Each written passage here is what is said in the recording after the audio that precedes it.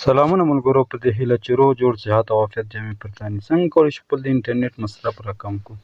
که چېرې ستاسو 1 جی بي انټرنیټ فعالوئ یا 2 جی بي انټرنیټ فعاله کوئ یا 2-3 ورځې کار نه کوي، نو دا ویډیو ستاسو لپاره ده. دا ویډیو تر پای پورې وګورئ، تاسو مکمل طریقه درښیم چې موږ څنګه کولی شو خپل د انټرنیټ مصرف کم کړو. بالکل په اسانه طریقه، بغیر له کوم اپلیکیشن او ویب سایټه. په داخل د موبایل کې 2 سیټینګونه دي. هغه 2 سیټینګونه چې کله موږ تاسو په خپل موبایل کې وکړو، زموږ تاسو موبایل انټرنیټ مصرف به ډېر زیات راکم شي. البته ډېره خوندوره طریقه، زه خپله هم همیشه وخت لپاره دا کوم تر څو زما د انټرنیټ مصرف راکم شي، ځکه نن په افغانستان کې انټرنیټ ډېر ګران ده. که انټرنیټ ګران وي او دا 2 سیټینګونه موږ فالو کړو، موږ کولی شو 1 جی بي 2 چندې 3 چنده کړو، یعنې ډېر زر به موږ ته نه مصرفېږي. کولی شو موږ په هفتو هغه 1 جی بي انټرنیټ وکاروو. څنګه طریقه ده؟ نو دا ویډیو تر پایه پورې وګورئ. که چېرې غواړئ دا اپډیټ ته نور خوندور او معلوماتي ویډیوګانې وګورئ، نو ټکنیکل احمد یوټیوب چینل ستاسو خپل چینل ده. چینل سبسکرایب کړئ تر څو نور دا رقم خوندورې ویډیوګانې له لاسه ورنه کړئ. راځئ چې پر ویډیو باندې پیل وکړو. خیر ملګرو، هر څه نه مخکې اولنی سیټینګ چې موږ کوم کوو په پلی سټور کې موجود ده، باید په پلی سټور کې هغه سیټینګ موږ آن کړو. دې لپاره به خپل پلی سټور یا هم پروژګار خلاص کړئ. دلته به پاس په خپل جیمیل لوګو باندې کلیک کړو. دلته به سیټینګ باندې راشئ، دلته ولیکئ نیټورک باندې به کلیک کړئ. دلته ملګرو آټو پلی اپس لیکلی شوي ملګرو.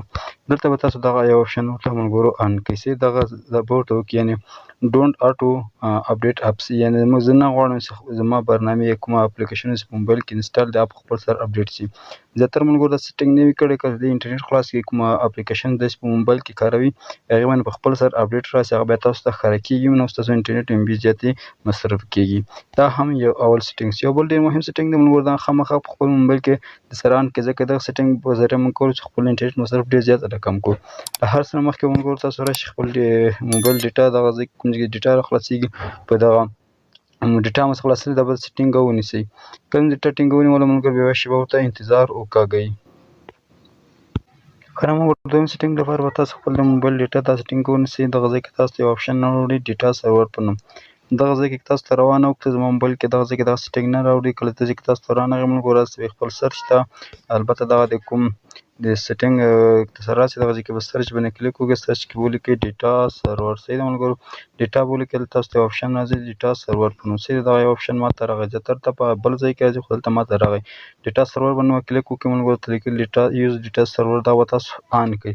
کله مو چې دا آن کړل، د وروسته ملګرو ستاسو انټرنیټ ام بي څنګه شي ډېر زیات بچت شي. یعنې په همدغه 2 سیټینګو باندې تاسو کولی شئ خپل د انټرنیټ مصرف ډېر زیات راکم کړئ.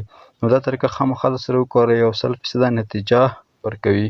نو که چېرې غواړئ دا اپډیټ ورته نور خوندورې ویډیوګانې وګورئ، نو ټکنیکل احمد چینل ستاسو خپل چینل ده. چینل سبسکرایب کړئ تر څو راتلونکي نورې ویډیوګانې له لاسه ورنه کړئ. تر بیا پورې په لویه بخښونکي خدای مو سپارم، هر چېرې چې یاست ښه ده وباد اوسئ.